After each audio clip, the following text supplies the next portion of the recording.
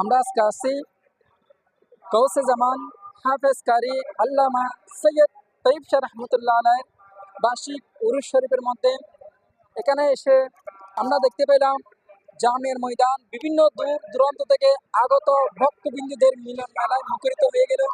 তো দর্শক, আমরা একজন গৌসে জামান তৈয়ব শাহ রহমতুল্লাহ আলাইহি একজন আশিকে রাসূল থেকে আমরা জানবো যে গৌসে জামান তৈয়ব শাহ রহমতুল্লাহ আলাইহি উরুস শরীফটা কিভাবে উদযাপন হচ্ছে। জি, আসসালামু আলাইকুম। আমি শায়েখ মাওলানা সৈয়দ মোহাম্মদ এহসান কাদের। আমার পরিচয়, আমি জামিয়ার একজন শিক্ষার্থী ছিলাম। বর্তমান একটা মাদ্রাসার মধ্যে আমি রয়েছি দায়িত্বরত। বানিয়ে জশ্নে জুলুস ও বানিয়ে গৌসে কমিটি হুজুর আল্লামা হাফেজ কারি সৈয়দ মোহাম্মদ তৈয়ব শাহ রাদিয়াল্লাহু তাআলা আনহু ৩২তম উরস মুবারকে এসে আমি নিজেকে অত্যন্ত গর্বিত মনে করছি।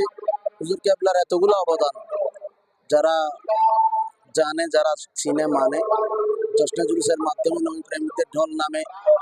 নবী প্রেম হচ্ছে ইমানের মূল শর্ত। হুজুর কেবলার এই বাণীর মাধ্যমে আমরা আজকে হুজুর কেবলার যে মিশন জশ্নে জুলুস আমাদেরকে উপহার দিয়েছেন, সেই মিশনকে আমরা বাস্তবায়ন করার মাধ্যমে শুকরিয়া আদায় করার জন্য আজকে হুজুর কেবলার ফয়জ লাভ বরকত লাভ করার জন্য এই জামিয়ার ময়দানে একত্রিত হয়েছে।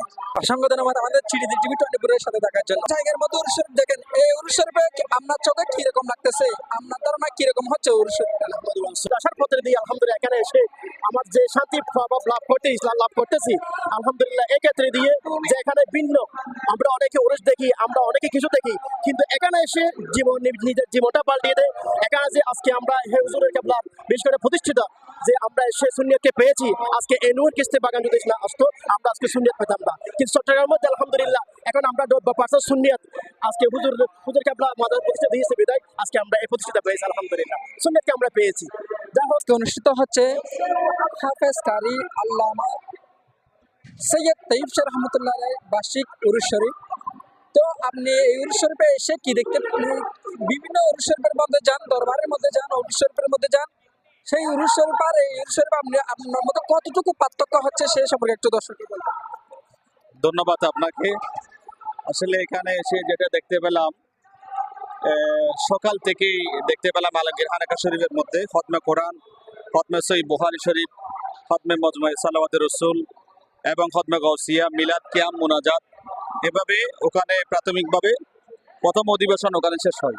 শরীয়ত সম্মত উরুস কাকে বলে সেটা দেখার জন্য কমপক্ষে আপনাকে একবার এই জামিয়ার ময়দানে আসতে হবে। সকালের